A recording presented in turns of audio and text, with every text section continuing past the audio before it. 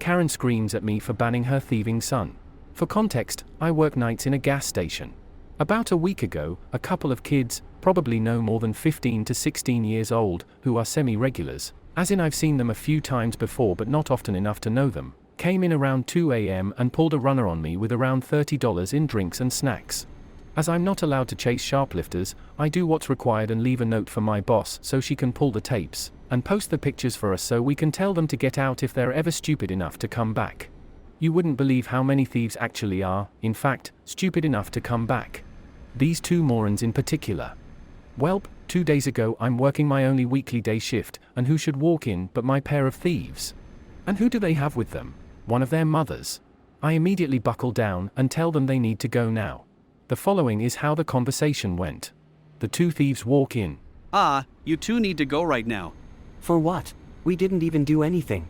You know exactly what you did and you're banned from the store. You can leave on your own feet or leave with a police escort. You choose. They leave and go back to the car waiting for them at the pump. From the window I can see them talking to the woman in the driver's seat, gesturing and pointing. She gets out of her car and storms into the store. Why the heck did you tell my son and his friend they can't be here? Ma'am, they ran out with nearly $30 in products. We do not allow thievery and they are banned from the store. You are welcome to come and get what they need, but if they're seen on the property, the police are going to be called. No, my son is not a thief. How dare you? Get me a manager. Gladly. She doesn't know my manager has less patience for customer crap than I do. Since the store isn't very big, she's already heard this exchange from the office. I bring her out, and she says exactly what I did. That's a bold-faced lie. My son is a good boy. You're targeting him and his friends for no reason. You're welcome to come back and watch the tape for yourself. Karen says she'll do just that.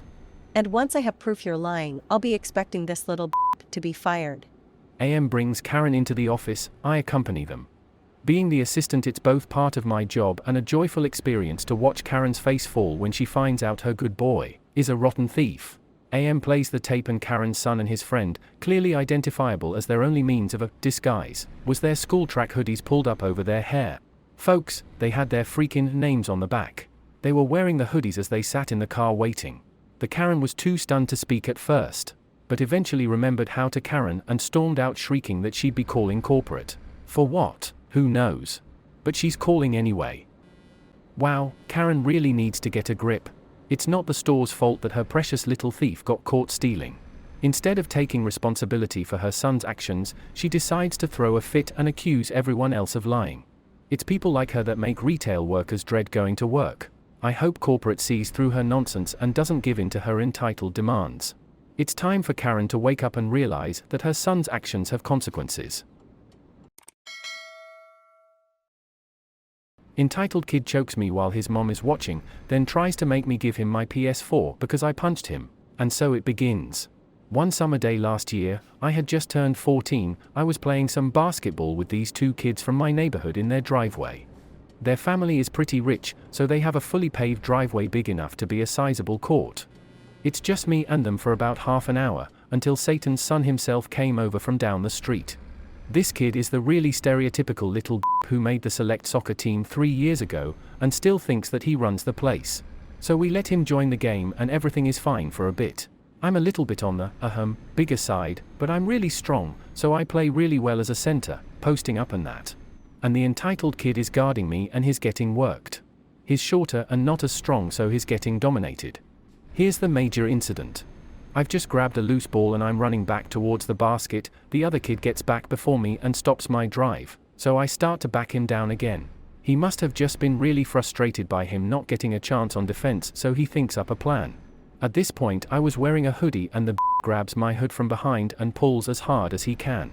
I, not expecting my airflow to be cut off, especially while I'm breathing hard, start to panic. I can't shake him off of my back. I don't know how long he's hanging on, but it felt like a whole 45 seconds, that may not seem like that long, but I'm freaking the out, so it feels like forever.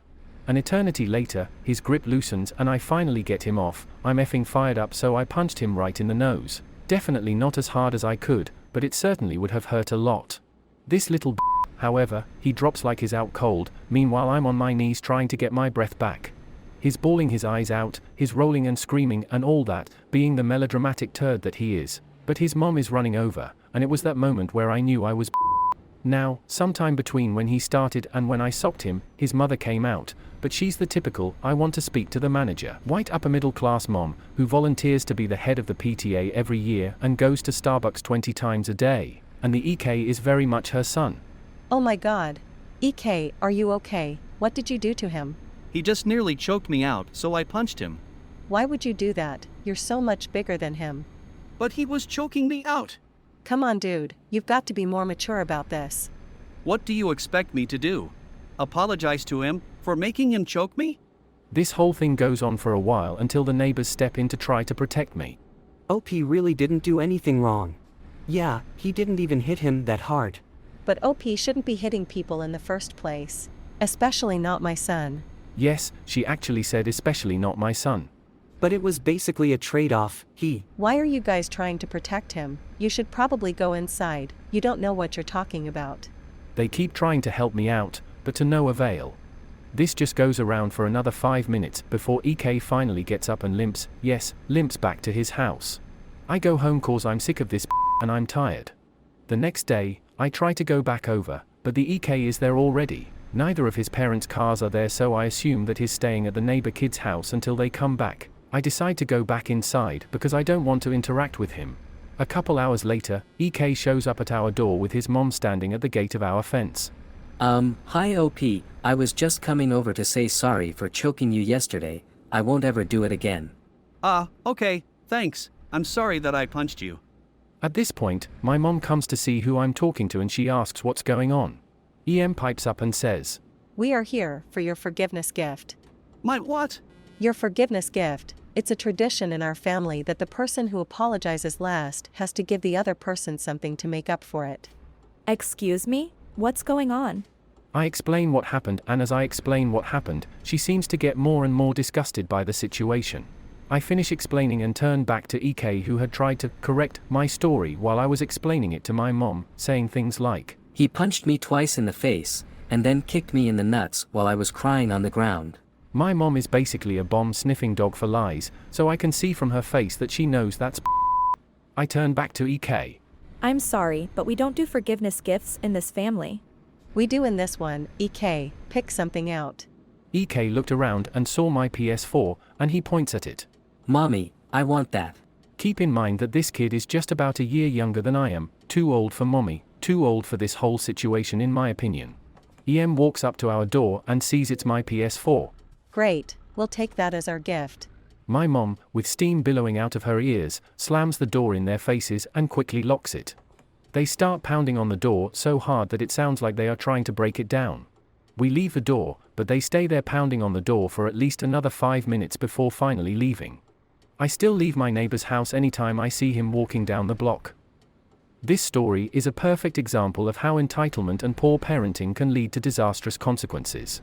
The entitled kid in the story choked the OP, and when he was punched in self-defense, his mother supported his behavior instead of disciplining him. It is outrageous that the mother demanded a forgiveness gift from the OP, which goes against the whole point of apologizing and making amends.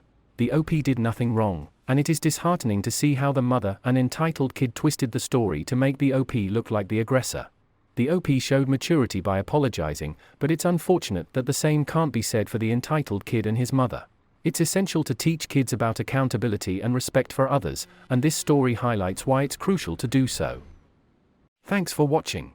If you haven't already, please subscribe and don't forget to click on the bell icon to enable notifications and stay updated with our latest videos. To catch up on all the stories, you can access the playlist located at the top of the description.